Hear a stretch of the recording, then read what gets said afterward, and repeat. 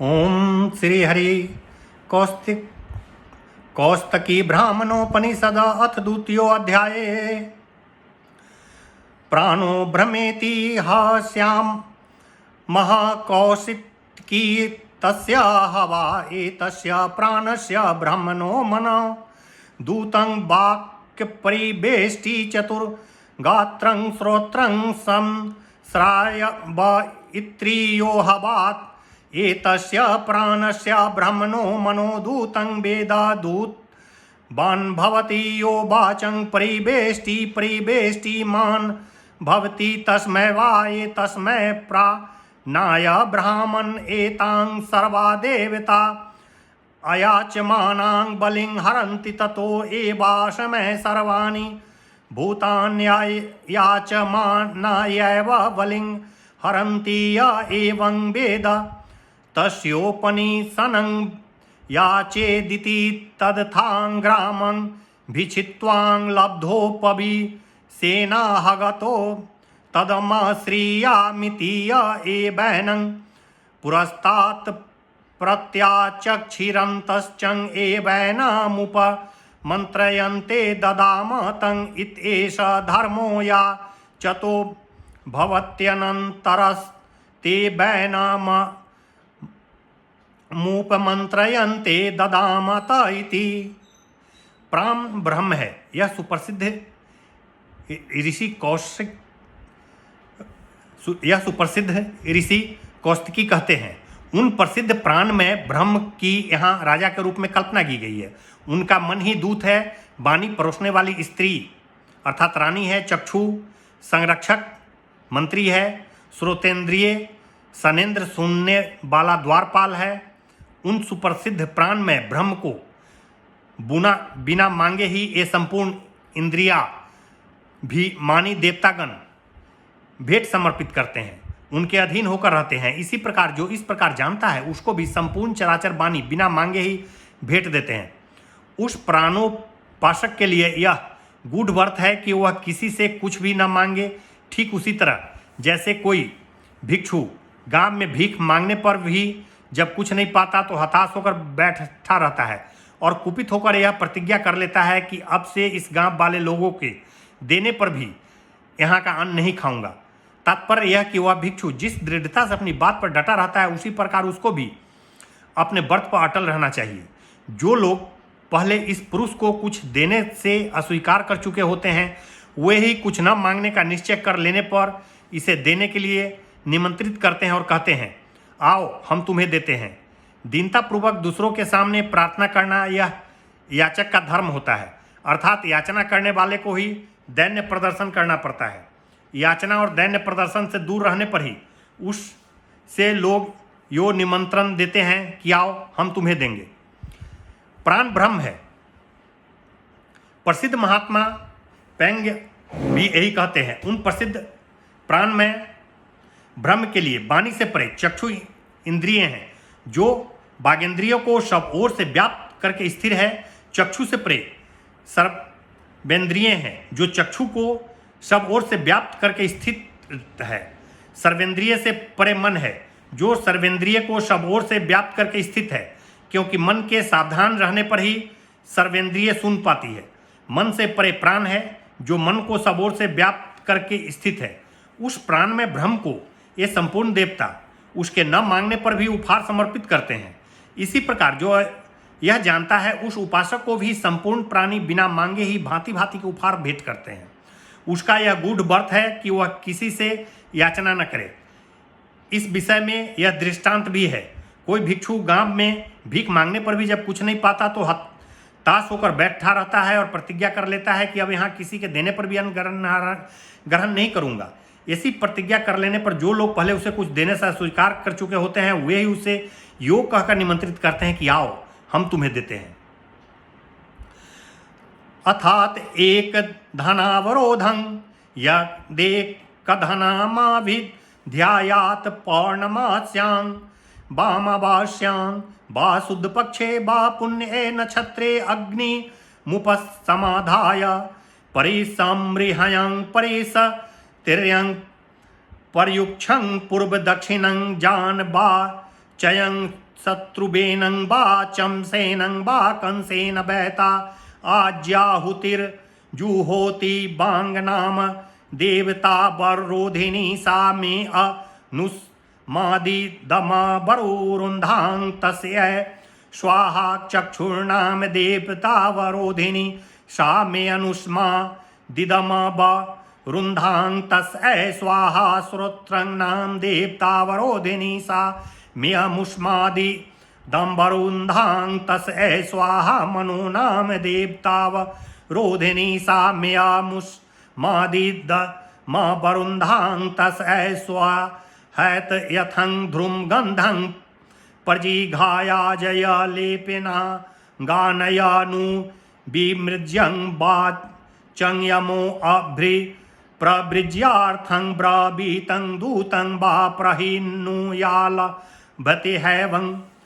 अब एकमात्र धन प्राण के निरोध की बात बताई जाती है। यदि एकमात्र धन का अथवा प्राण का चिंतन करे तो पूर्णिमा को या अमावस्या को अथवा शुक्ल या कृष्ण पक्ष की किसी भी पुण्य तिथि को पवित्र नक्षत्र में अग्नि की स्थापना, परिसमूहन, कुशों का आस्तरण, मंत्रपूत जल से अग्नि वेदी आदि का अभिषेक तथा अग्नि पर रखे हुए पात्रस्थ घृत का उत्पवन करके दाहिना घुटना पृथ्वी पर टेक कर अस्त्रुबा से, चम्मच से अथवा कासे की करछुल आदि से निम्नांकित मंत्र द्वारा घृत की ये आहुतियां दे। बांग नाम देवतावरोधिनी सा मेया मुष्मातंग इदम अवरुंधांग तस ए स्वाहा, अर्थात काक नाम से प्रसिद्ध देवी अवरोधनी उपासक की अभिष्ठा सिद्धि करने वाली है। वह मुझ प्राणोपासक के लिए अमुक व्यक्ति से इस अभिष्ट अर्थ की सिद्धि कराए, उसके लिए यह घृत की आहुति सादर समर्पित है। प्राणो नाम देवतावरोधिनी सी में मुष्मातंग इदम अवरुंधांग तस ए स्वाहा, चक्षुर नाम देवतावी रोधनी सा मेय मुष्मातंग इदम अवबंधं तस ए स्वाहा, औंतरंग नाम देवतावरोधिनी सा मेय मुष्मातंग इदम अवरुंधांग तस ए स्वाहा, नमो नाम देवतावरोधिनी सा मेय मुष्मातंग इदम अवरुधांग तस ए स्वाहा, प्रज्ञा नाम देवतावरोधिनी सा मेय मुष्मातंग इदम अवरुंधांग तस ए स्वाहा। इस प्रकार आहुतियां देने के पश्चात धूमगन को सूंघकर होमावशिष्ट घृत के लेप से अपने अंग का अनुमार्जन अर्थात लेपन करके मौन भाव से धन स्वामी के पास जाएं और अभिष्ट अर्थ के विषय में कहे कि इतने धन की मुझे आवश्यकता है, सो आपके यहाँ से मिल जाना चाहिए। अथवा यदि धन स्वामी दूर हो तो उक्त संदेह कहलाने के लिए उसके पास दूत भेज दे। योग करने से निश्चय भी वह अभिष्ट धन प्राप्त कर लेता है। अथातो देवस्मरो यस्यं प्रियं बुभुत्से यस्यं बायेषां बैतेस्मे बैतस्मिन् पर्वणयाग्रि अग्निमुपसमाधायत यैवावृतैतां जुहोमस्य स्वाहा, चक्षुस्ते मयं जुहोमय सौ स्वाहा, प्रज्ञानं ते मयि जुहोमय सौ स्वाहेत यथं ध्रुम गंधं प्रजिघायाजय लेपेनांगान्यामो मृज्यं वाञ्छायमोयभिप्रवृज्यं संस्पर्शं जिग्मी सेदपि बाताद्वयां संभासमानस्थेस्ति प्रियो है भवती स्मरन्ति है वासयं। अब इसके बाद बाक आदि देवताओं द्वारा साध्य मनोरथ की सिद्धि का प्रकार बताया गया है। जिस किसी का प्रिय होना चाहे निश्चय ही उन सब का प्रिय होने के लिए पहले प्राणोपासक को बाक आदि देवताओं का ही प्रिय बनना चाहिए। किसी एक पर्व के दिन पूर्वोक्त रीति से शुभ पुण्यतिथि एवं मुहूर्त में पहले बताए अनुसार ही अग्नि की स्थापना, परिसमूहन, कुशों का आस्तरण, अग्निवेदी आदि का अभिषेक, घृत को उत्पवन आदि करके निम्नांकित मंत्रों से एक घृत की आहुतियां दे। पांच ते मई जुहो मयो सयो हो स्वाहा, मैं तुम्हारी बाक इंद्रियां का अपने में हवन करता हूँ, मेरा अमुक कार्य सिद्ध हो जाए, इस उद्देश्य से यह आहुति है। इसी प्रकार प्राणं ते मई जुहो मयसो स्वाहा, चक्षुस्ते मई जुहो से यस्तो स्वाहा, श्रोत्रं ते मई जुहो मयोस्तो स्वाहा, मनस्ते मई जुहो मयसो स्वाहा, प्रज्ञा ते मई जुहो मयसो स्वाहा, इसके बाद होम धूप की गंध सूंघकर होमावशिष्ट घृत के लेप से अपने अंग का अनुमार्जन करके मौन भाव से अभिष्ट व्यक्ति के पास गमन करे और उसके संपर्क में जाने की इच्छा करे अथवा ऐसी जगह खड़ा रहकर वार्तालाप करे जहां वायु की सहायता ले उसके शब्द अभिष्ट व्यक्ति के कान में पड़े, फिर तो निश्चय ही वह उसका प्रिय हो जाता है। इतना ही नहीं, उस स्थान से हट जाने पर वहां के लोग उसको सदा स्मरण करते हैं।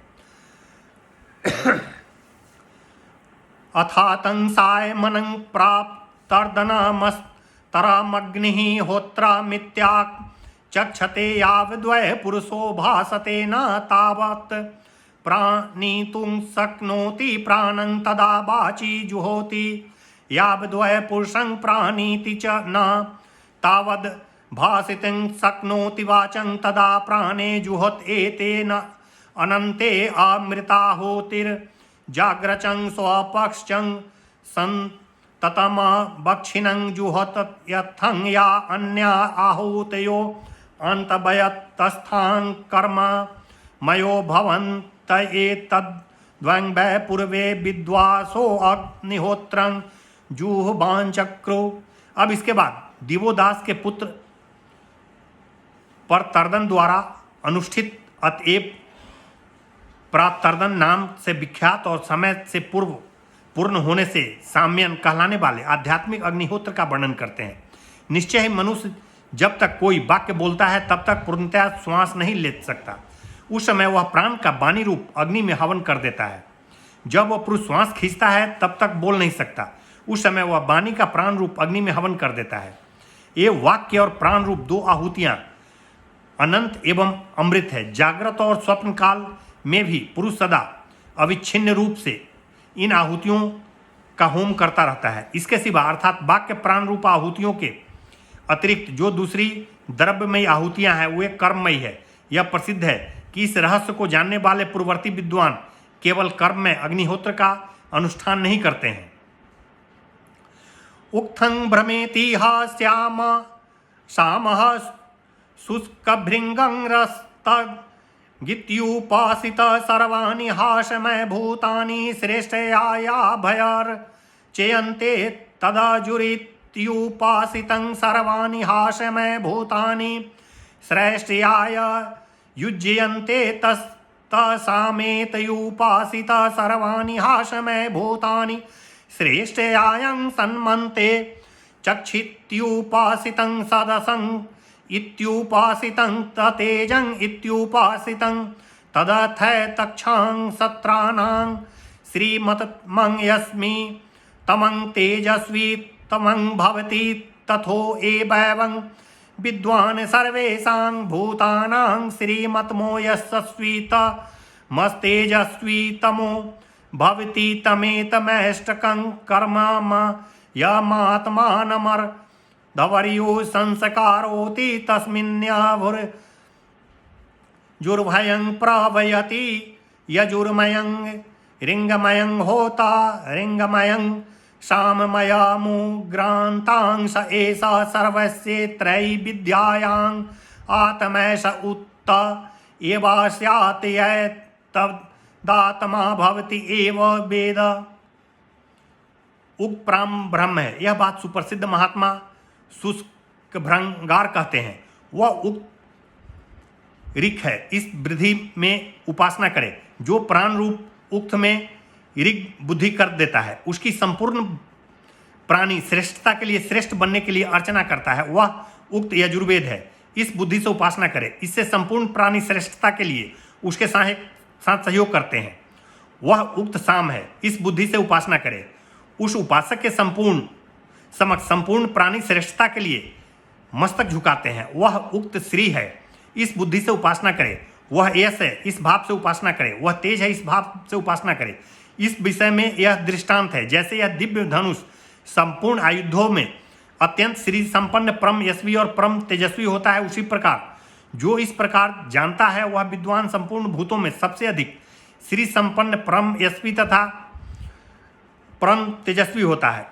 इस प्राण को तथा ईंटों की वेदी पर संचित कर्म में अग्नि को भी अभिन्न एवं आत्मस्वरूप मानकर अधर्व्यु नामक ऋत्विक अपना संस्कार करता है, उस प्राण में ही वह यजुर्वेद साध्य कर्मों का विस्तार करता है। यजुर्वेद साध्य कर्म वितान में होता, ऋग्वेद साध्य कर्मों का विस्तार करता है। ऋग्वेद साध्य कर्म वितान में उदाग्रता, सामवेद साध्य कर्मों का विस्तार करता है। वह अर्धयूरूप यह प्राण संपूर्ण यत्री विद्या का आत्मा है।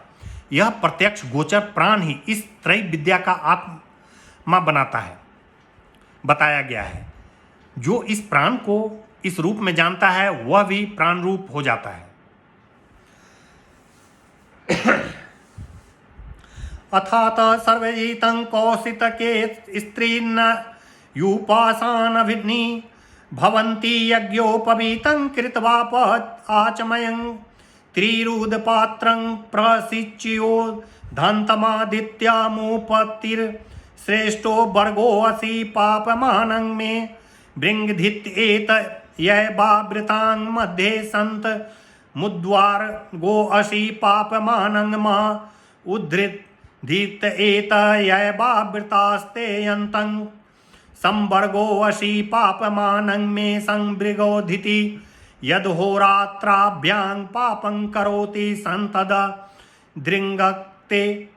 अवसर विजय कौशिकी के द्वारा अनुभव में लाई हुई 3 बार की जाने वाली उपासना बताई जाती है। यज्ञोपवीत को सभ्य भाव से बाएं कंधे पर रखकर आचमन करके जल पात्र को 3 बार शुद्ध स्वच्छ जल से पूर्णतः भरकर उदय काल में भगवान सूर्य को उपस्थान करें। उनकी आराधना के लिए खड़ा होकर अर्घ देते समय इस मंत्र का उच्चारण करें। वर्गो असी पाप मानंग में ब्रीड घिंग। आत्मज्ञान होने के कारण संपूर्ण जगत को आप ऋण की भांति त्याग देते हैं, इसलिए इसे वर्ग कहते हैं। मेरे पाप को मुझसे दूर कीजिए। इसी प्रकार मध्यकाल में भी भगवान सूर्य की उपासना करें। फिर इसी प्रकार सायंकाल में अस्त होते हुए भगवान सूर्य की उपासना करें। इस उपासना का फल यह है कि मनुष्य दिन और रात में जो पाप करता है उसका पूर्णतः परित्याग कर देता है। अथ मासी मास्यामावास्यायां पश्चाच्चन्द्रमसं दृश्यमानामुपतिष्ठैतावावृतं हरितत्तिरनाभयामथवाकं प्रतयस्ति एतं सुसीमं हृदयामधिचन्द्रमसिं श्रीतं तेनामृतव्यवस एषानं माहं पौत्रमघं रुदामितिं न हासमात् प्रुवां प्राजां प्रयन्तीति न जातपुत्रस्याथा जातपुत्रस्याहं आप्याश्वास मे तु ते सन्ते पयांसि समूयन्तु बाजा यमादित्यां अंशुमाप्याय यन्ति एतास्त्रिस्त्रं ऋचो जपित्वां नाशमाकं प्राणेन प्रज्ञा पशुभिराप्य स्वेदि दैदी मावृतमावर्तं आदित्यस्या वृतमनाबार बतायति दक्षिणं बाहुमन्या मनबा वर्तते। अब दूसरी उपासना बताई जाती है। प्रत्येक मास की अमावस्या तिथि को जब सूर्य के पश्चिम भाग में उनकी सुषुम्ना नामक किरण में चंद्रमा स्थिर दिखाई देती है, उस समय उनका पूर्वोक्त प्रकार से ही उपासना करें। विशेषता इतनी ही है कि अर्धपात्र में 2 हरी दूब के अंकुर भी रख ले और उससे अर्घ देते हुए चंद्रमा के प्रति यते इत्यादि मंत्र रूपा वाणी का प्रयोग करें कि हे सौरमंडल के अधिष्ठात्री देवी, जिसकी सीमा बहुत ही सुंदर है, ऐसा जो तुम्हारा हृदय स्थित आनंदमय स्वरूप चंद्रमंडल में विराजित है, उसके द्वारा तुम अमृत तत्व पर भी अधिकार रखती हो। ऐसी कृपा करो जिससे मुझे पुत्र के शोक से न रोना पड़े। योग करने वाले उपासक को यदि पुत्र प्राप्त हो चुका हो तो उस पुत्र की उससे पहले मृत्यु नहीं होती। यदि उसके कोई पुत्र न हुआ हो तो वह भी पहले की भांति सब कार्य करके अर्घ पात्र में 2 हरी दूब के अंकुर भी रख ले और निम्नांकित ऋचाओं का जाप करे। समेतु ते विश्वतं सोम वृष्यं भवांग जा बाज्यस्यं संगथे संग ते पयोसी समूयंतु बाजं संवृष्यानयं भीमाति मासंग। इन ऋचाओं का जाप करने के पश्चात चंद्रमा के सम्मुख दाहिना हाथ उठाओ और निम्नांकित मंत्र का पाठ करें। मामाकं प्राणेनं वर्ज्यांग पशु भी रार्या इष्ठांग यो यस्य मानं देष्टि यं च वयं दृष्टस्यं प्राणेन प्रज्यांग पशुभिरा प्याय अस्वयं इति दैवी माँ मृत्या माँ वर्तंग आदित्यार माँ वर्तते इति। यो कहकर अपनी दाहिनी बाँह को अनवार्तन करें, बार बार घुमाए, पश्चात बाँह खींच लें। अथ पौर्णमास्यां पुरस्तास् चंद्रमसं दृश्यमानमुपतिष्ठै तैतं यैवा वृतां सोमो राजासि विचक्षणं पंचमुखो असि प्रजापति ब्रह्माण्डस्यं एकं मुखं तेन मुखेन राज्ञो अस्ति तेन मुखेन मामत् नादं कुरु राजात एकं मुखं तेन मुखेन विशोस्तसि तेनैव मुखेन मामनादं कुरु शयनस्तं एकं मुखं तेन मुखेन पक्षिणो अतस्ति तेन मुखेन मामनादं कुरु अग्नस्तं एकं मुखं तेन मुखेनेनमं लोकमस्तिं तेन मुखेन मामनादं कुरुं सर्वाणि भूतानि त एव पंचमं मुखं तेन मुखेन सर्वाणि भूतानि अस्ति तेन मुखेन मामनादं कुरुं माशमाकं प्राणेन प्रज्ञां पशुभिरा भक्षेष्टां यो अस्य मा देष्टि यं च भयं दृश्यस्य मस्तस्यं प्राणेन प्रज्ञा पशुभिर्भक्षीयस् वेति स्थितिर्दैवी मा वृतमा वर्तं आदित्यस्यावृतमान न वा वर्तन्तं इति दक्षिणं बाहुमन वा वर्ततं। अब अन्य प्रकार की उपासना बताई जाती है। पूर्णिमा को सायकाल में जब प्राची दिशा में अंक में चंद्र देव का दर्शन होने लगे, उस समय इसी रीति से चंद्रमा का उपासना करें, उन्हें अर्घ प्रदान करें।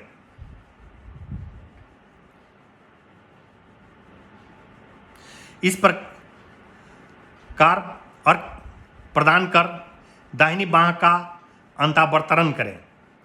अथ संवेद शयन जायायं हृदयाम भी मृषेतं एतेषु सीमे हृदय हित मंत्रं प्रजापतो मन ए अहं मां तद्विद्वासं माहं पौत्रमघं रुदमितिं न हासमत् प्रुवां प्रजा प्रैति। इस तरह सोम की प्रार्थना के पश्चात गर्भाधान के लिए पत्नी के समीप बैठने से पूर्व उसके हृदय का स्पर्श करें। उस समय निम्नांकित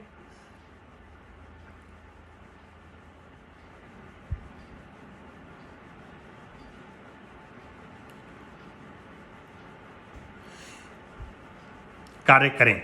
इस सत्य के प्रभाव से मैं कभी पुत्र संबंधी शोक से रोदन न करूं। इस प्रकार प्रार्थना करने से उस उपासक के पहले उसकी संतान की मृत्यु नहीं होती।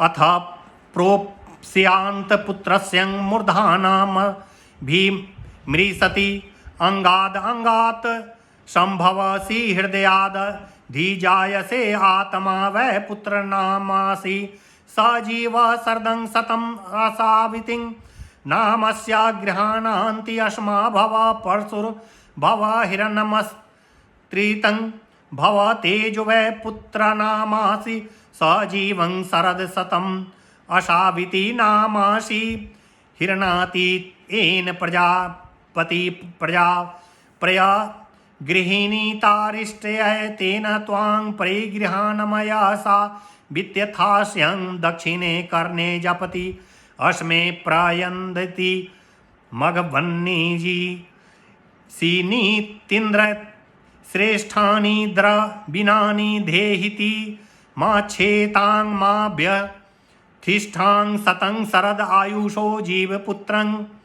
पुत्र ते नामानां मूर्धानमभिजिघ्राम्या साविति तिरस्य मूर्धानामभिजिघ्रेद ग्वां त्वां हिरङ्कारेणाभि हिरङ्कारोमिति तिरस्यं मूर्धानमभि हिरङ्का कुर्यात्। अब दूसरी उपासना बताई जाती है। प्रदेश में रहकर वहां से लौटा हुआ पुरुष पुत्र के मस्तक का स्पर्श करे और इस मंत्र का पाठ करे। पुत्र तुम नरक से तारने वाले हो, मेरे अंग से प्रकट हुए हो, मेरे हृदय से तुम्हारा आविर्भाव हुआ है, तुम मेरे अपने ही स्वरूप हो, तुमने मेरी नरक से रक्षा की है, तुम 100 वर्षों तक जीवित रहो। वत्स तुम पत्थर बनो, कुठार बनो और बिछा हुआ स्वर्ण बनो, अर्थात तुम्हारा शरीर पत्थर के समान सुगठित, बलवान, स्वस्थ एवं निरोग हो। तुम कुठार की भांति शत्रुओं का नाश करने वाले बनो और सब और फैली हुई स्वर्ण राशि की भांति सबके प्रिय हो। समस्त अंगों का सारभूत ससार वृक्ष का बीज रूप जो तेज है वह तुम ही हो। तुम सैकड़ों वर्ष जीवित रहो। वत्स प्रजापति ब्रह्मा जी अपनी सृष्टि को विनाश से बचाने के लिए उसे जिस तेज में संपन्न करके परिगृहित अथवा अनुगृहित करते हैं, उसी तेज से संपन्न करके मैं तुम्हें सब ओर से ग्रहण करता हूं। तत्पश्चात पुत्र के दाहिने कान में इस मंत्र का जप करें, मघवना। आप सरल भाव को अवलंबन करके इस पुत्र की रक्षा करें, इंद्र इसे श्रेष्ठ धर्म प्रदान करें। फिर इसी मंत्र को बाएं कान में भी जपे। तदंतर पुत्र का मस्तक सुंकर और इत्र को पढ़े। बेटा, संतान परंपरा का उच्छेद न करना, मनी बानी और शरीर से तुम्हें कभी पीड़ा न हो। तुम 100 वर्ष तक जीवित रहो। मैं तुम्हारा अमुक नाम से प्रसिद्ध पिता तुम्हारा नाम लेकर तुम्हारे मस्तक को सूंघ रहा हूं। यहाँ अशोक के स्थान पर पिता अपना नाम ले। इस मंत्र को पढ़कर 3 बार पुत्र का मस्तक सूंघना चाहिए। उसके बाद नीचे लिखा मंत्र पढ़कर मस्तक के 17 और 3 बार हिंकार हिम शब्द का उच्चारण करें। मंत्र इस प्रकार है। वत्स, गौए अपने बछड़े को बुलाने के लिए जैसे रंभाती है, उसी प्रकार वैसे ही प्रेम से मैं भी तुम्हारे लिए हिंकार करता हूँ। हिंकार द्वारा तुम्हें अपने पास बुलाता हूँ। अथा तो दैव परिमर एत द्वय ब्रह्म दीप्यते यदग्निर्ज्वलत्यथ तन म्रियते यन्नं ज्वालति तस्यादित्यमेव तेजो गच्छति। वायुं प्राण एतद्वय ब्रह्म दीप्यते यथादित्यो दिश्यते अथ तन्द्रियते यन्न दिश्यते तस्य चंद्रमा समेव तेजो गच्छति। वायुं प्राण एतद्वय ब्रह्म दीप्यते चंद्रमा दृश्यते अथ तन्द्रियते यनं दृश्यते तस्य विद्युतमेव तेजो गच्छन्ति। वायु प्राण एतद्वय ब्रह्म दीप्यते यद्विद्युद्धोत ते अथ तन्द्रियते न विधौतते तस्य वायुमेव तेजो गच्छन्तु। वायु प्राणस्तां एतां सर्वा देवता वायुमेव प्रविश्य वायो श्रितां न मूर्च्छन्ते तस्मादेव पुनरुदीरत इत्यधिदैवतमथाधयात् मम। अत्र इसके बाद देव संबंधी परिमर का वर्णन किया जाता है। यहाँ अग्नि और बाक आदि ही देवता है। ये देवता प्राण के सब और मृत्यु को प्राप्त होते हैं, अतः ब्रह्म स्वरूप प्राण को ही यहाँ परिमर कहा गया है। यह जो प्रत्यक्ष रूप में अग्नि प्रचलित है, इस रूप में ब्रह्म ही दीप्यमान हो रहा है। जब अग्नि प्रज्वलित नहीं होती, उस अवस्था में यह मर जाती है, बुझ जाती है।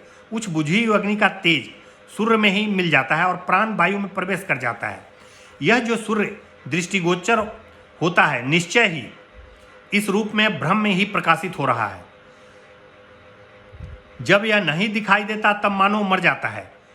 उस समय उसका तेज चंद्रमा को ही प्राप्त होता है और प्राण वायु में मिल जाता है। यह जो चंद्रमा दिखाई देता है, निश्चय ही इसके रूप में ब्रह्म ही प्रकाशित हो रहा है। फिर जब यह नहीं दिखाई देता तब मानो यह मर जाता है। उस समय उसका तेज विद्युत को ही और ऋण वायु को प्राप्त हो जाता है।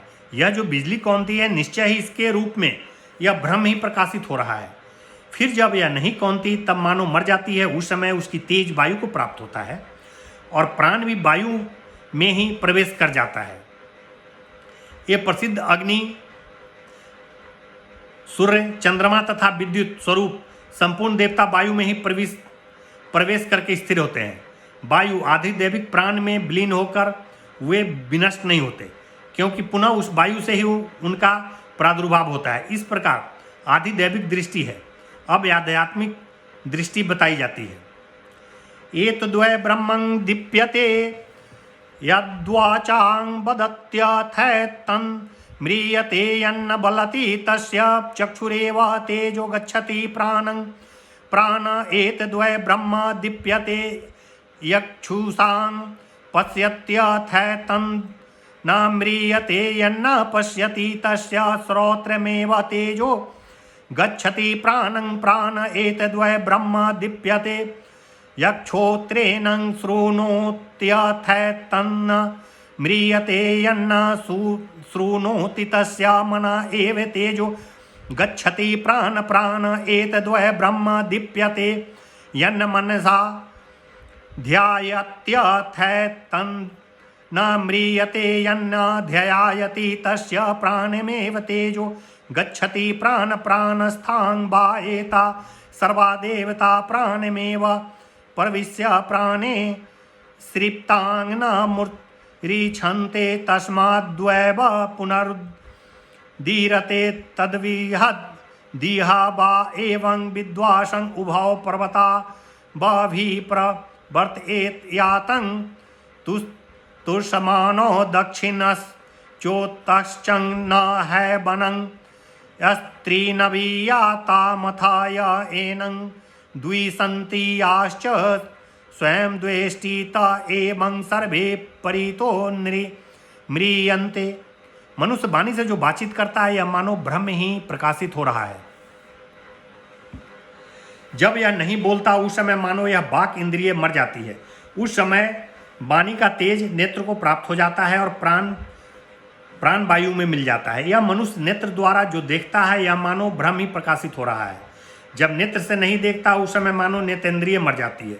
उस समय नेत्र का तेज सर्वेंद्रियों को प्राप्त हो जाती है तथा प्राण में ही मिल जाता है। यह जो श्रवण द्वारा सुनता है यह मानो ब्रह्म ही प्रकाशित हो रहा है। जब यह नहीं सुनता तब मानो सर्वेंद्रिय मर जाती है। उस समय उसका तेज मन को ही प्राप्त हो जाता है और प्राण में मिल जाता है। यह जो मन से ध्यान करता है यह मानो ब्रह्म ही प्रकाशित हो रहा है। जब चिंतन नहीं करता तब मानो मन मर जाता है। उस समय उसका तेज प्राण को ही प्राप्त हो जाता है और प्राण भी प्राण में ही मिल जाता है। इस प्रकार संपूर्ण बाक आदि देवता प्राण में ही प्रवेश करके स्थिर होते हैं। प्राण में लीन होकर वे नष्ट नहीं होते हैं, अतः पुनः प्राण में ही उनका प्रादुर्भाव होता है। उस दैव परिमर प्राण को सम्यक ज्ञान हो जाने पर यदि वे ज्ञानी पुरुष ऐसे दो ऊंचे पर्वतों को भी भूमंडल के ऊपरी सिरे से लेकर दक्षिणी सिरे तक फैले हों, अपनी इच्छा के अनुसार चलने को प्रेरित करे, तो वे पर्वत इन ज्ञानी महापुरुषों की हिंसा, उनकी आज्ञा का परित्याग अर्थात उनकी अवहेलना नहीं कर सकते। इसके सिवा जो लोग इस दैव परिमर के ज्ञाता पुरुष से द्वेष करते हैं अथवा वह स्वयं जिन लोगों से द्वेष रखता हो, सब के सब सर्वदा नष्ट हो जाते हैं। अर्थात तो निश्रेयसादा नंग एता हवै देवतांग अहं श्रेयसे विवदमाना अस्माक्षरीराद दुचक्रात् मुस्ता दारुभूतं शिष एथैतं द्वयाक्य प्रविवेश तद्वाचा बद छिष्यं एवाथै चक्षुषु प्रविवेश तद्वाचां बदक्षुषां पश्य छिष्यं एवाथय श्रोत्रं प्रविवेशं तद्वाचा बदक्षुषां पश्य श्रोत्रेण सुन्न वन्यमंसा ध्यायन छिष्यं एवाथै तत् प्राण प्रविवेशं तततं एव समुतत्सौ तदेवां प्राणेनि श्रेयसं विचिन्तयं प्राणमेव प्रज्ञातमानमभिसंसयुतं हहैतै सर्वैरस्मालोका दुचक्रमुत्सते वायु प्रतिष्ठाकाशात्मानं स्वर्यायुष्यतुहौ एवं विद्वान् सन् सर्वेषां भूतानां प्राण वेव प्रज्ञात्मानमभिसंसयुतं सहैतं सर्वैरस्माच्छरीरादुत्क्रामति स वायुप्रतिष्ठाकाशात्मानं न स वरेति तद् भवति यत्र यद्देवास्तत्ते प्राप्य तद्मृतो भवति यद्मृता देवा। इसके पश्चात अब मोक्ष साधन के गुण से विशिष्ट सर्वश्रेष्ठ प्राण की उपासना बताई जाती है। एक समय बाक आदि संपूर्ण देवता अहंकारवश अपनी अपनी श्रेष्ठता सिद्ध करने के लिए विवाद करने लगे। वे सब प्राण के साथ ही इस शरीर से निकल गए। उनके निकल जाने पर वह शरीर काठ की भांति निश्चेष्ट होकर सो गया। तदंतर उस शरीर में बाक इंद्रियों ने प्रवेश किया। तब वह वाणी से बोलने तो लगा परंतु उठ न सका, सोया ही रह गया। तत्पश्चात चक्षु इंद्रियों ने उस शरीर में प्रवेश किया, तथापि वह वाणी से बोलना और नेत्र से देखना तब हुआ भी सोता ही रहा, उठ न सका। तब उस शरीर में श्रवण इंद्रियों ने प्रवेश किया।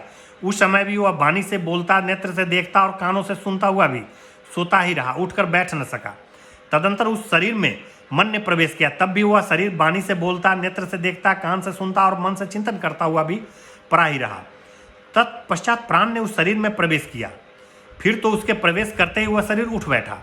तब उन बाक आदि देवताओं ने प्राण में ही मोक्ष साधन की शक्ति जानकर तथा प्राण स्वरूप प्राण को ही सब और व्याप्त समझकर इन प्राण अपान आदि समस्त प्राणों के साथ ही इस शरीर रूप लोक से उत्क्रमण किया।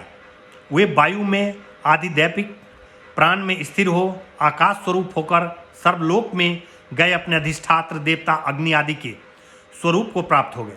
उसी प्रकार इस रहस्य को जानने वाला विद्वान संपूर्ण भूतों के प्राण को ही प्रज्ञात्मक रूप से प्राप्त कर इन प्राण अपान आदि समस्त प्राणों के साथ इस शरीर से उत्क्रमण करता है तथा वह वायु में प्रतिष्ठित हो आकाश स्वरूप होकर स्वर्गलोक को गमन करता है। वह विद्वान वहाँ उस प्रसिद्ध प्राण का स्वरूप हो जाता है जिसमें कि वे बाक आदि देवता स्थिर होते हैं। उस प्राण स्वरूप को प्राप्त कर वह विद्वान प्राण के उस अमृतत्व गुण से युक्त हो जाता है जिस अमृतत्व गुण से वे बाक आदि देवता भी संयुक्त होते हैं। अथात पिता पुत्र्यं संप्रदानामिति चाचक्षते पिता पुत्रं प्रस्याह भयति नभस्य त्रिनैरगारं संसस्तिर्याग्निमुप समाधायोदकुम्भं सपात्रमुपनिधाया हतेन सा वाससां संप्रक्षणं सयेत एत यः पुत्रं उपृष्टद भिनिपधतं इन्द्रियायानि संस्पृश्यापि वास्याभिमुखतं एवासिताथाशमे संप्रक्षतिं वाचं मे त्वयि दधानिति पिता वाचं ते मयि दध इति पुत्रं प्राणं मे त्वयि दधानिति पिता प्राणं ते मयि दध इति पुत्रश्च दुर्छुर्मे त्वयि दधानिति पिता चक्षुस्ते मयि दध इति पुत्रो श्रोत्रं मे तवयि दधानिति पिता श्रोत्रं ते मयि दध इति पुत्रो मनो मे त्वयि दधानिति पिता मनस्ते मयि दध इति पुत्रो अनरसानं मे त्वयि दधानिति पिता रसांसते मयि दध इति पुत्रं कर्माणि मे त्वयि दधानिति पिता कर्माणि ते मयि दध इति पुत्रं सुख दुखे मे त्वयि दधानिति पिता सुख दुखे ते मयि दध इति पुत्रं दानन्दं रति प्रजाइं मे त्वयि दधानिति पिता आनन्दं रति प्रजायति ते मयि दधं इति पुत्रं इत्यां मे त्वयि दधानिति पिता इत्याय ते मयि दधं इति पुत्रो धियो विज्ञातव्यं कामान् मे त्वयि दधानिति प्युता धियो विज्ञातव्यं कामास्ते मयि दध इति पुत्रो अतं दक्षिणाभ्रिदुपनिष्क्रामतीतं पितानु मंत्रयते यशो ब्रह्मवर्चस्य मानाधं कीर्तिस्त्वाजुष तामितयथे तरं सव्ययमन संबवेक्षते पानिमान नान्तर्धायं वस्नान तेन वा छदं स्वर्गालोकान् कामान् वा प्रणुहीति स यदा गधं स्यायत पुत्र सियैर्सर्वै पिता बसेत परिवा व्रजेध युर्वे प्रेयाध देवे वैनं समापयति तथा समापयितव्यो भवति तथा समापयितव्यो भवति। अब इसके पश्चात पिता पुत्र का संप्रादन कर्म बतलाते हैं। पिता पुत्र को अपनी जीवन शक्ति प्रदान करता है, अतएव इसको पिता पुत्रीय संपादन कर्म कहते हैं। पिता यह निश्चय करके कि अब मुझे इस लोक से प्रयाण करना है, पुत्र को अपने समीप बुलाए, नूतन कुशकाश आदि तृण से अग्निशाला को आच्छादित करते हुए विधि पूर्वक अग्नि की स्थापना करे। अग्नि के उत्तर या पूर्व भाग में जल से भरा हुआ कलश स्थापित करे। कलश के ऊपर धान्य से भरा हुआ पात्र भी होना चाहिए। स्वयं भी नवीन धौत्र धोती और उत्तरीय धारण करे। इस प्रकार श्वेत वस्त्र और माला आदि से अलंकृत हो घर में आकर पुत्र को पुकारे। जब पुत्र समीप आ जाए तो सब ओर से उसके ऊपर पड़ जाए, अर्थात उसे अंक में भर ले और अपनी इंद्रियों से उसकी इंद्रियों का स्पर्श करे। तत्पश्चात नेत्र से नेत्र का, नाक से नाक का तथा अन्य इंद्रियों से उसकी अन्य इंद्रियों का स्पर्श करे, अथवा केवल पुत्र के मुख सम्मुख बैठ जाकर उसे अपनी बाक इंद्रिय आदि का दान करे।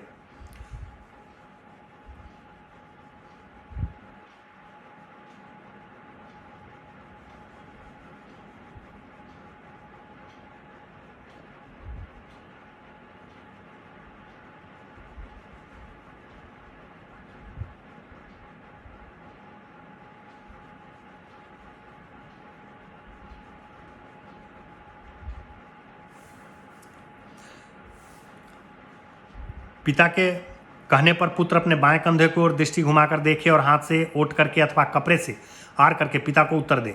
आप अपनी इच्छा के अनुसार कमनीय स्वर्गलोक अथवा वहाँ के भोग को प्राप्त करें। इसके बाद यदि पिता निरोग हो तो वह पुत्र के प्रभुत्व में ही वहाँ निवास करे, अथवा सब कुछ त्याग कर घर से निकल जाए, सन्यासी हो जाए, अथवा यदि वह परलोकगामी हो जाए तो जिन जिन बाक आदि इंद्रियों को उसने पुत्र में स्थापित किया था उन सभी की शक्ति का वह पुत्र उसी प्रकार आश्रय हो जाता है। ये सभी शक्तियां उसे प्राप्त होती है। इति 2 अध्याय। ओम श्री हरि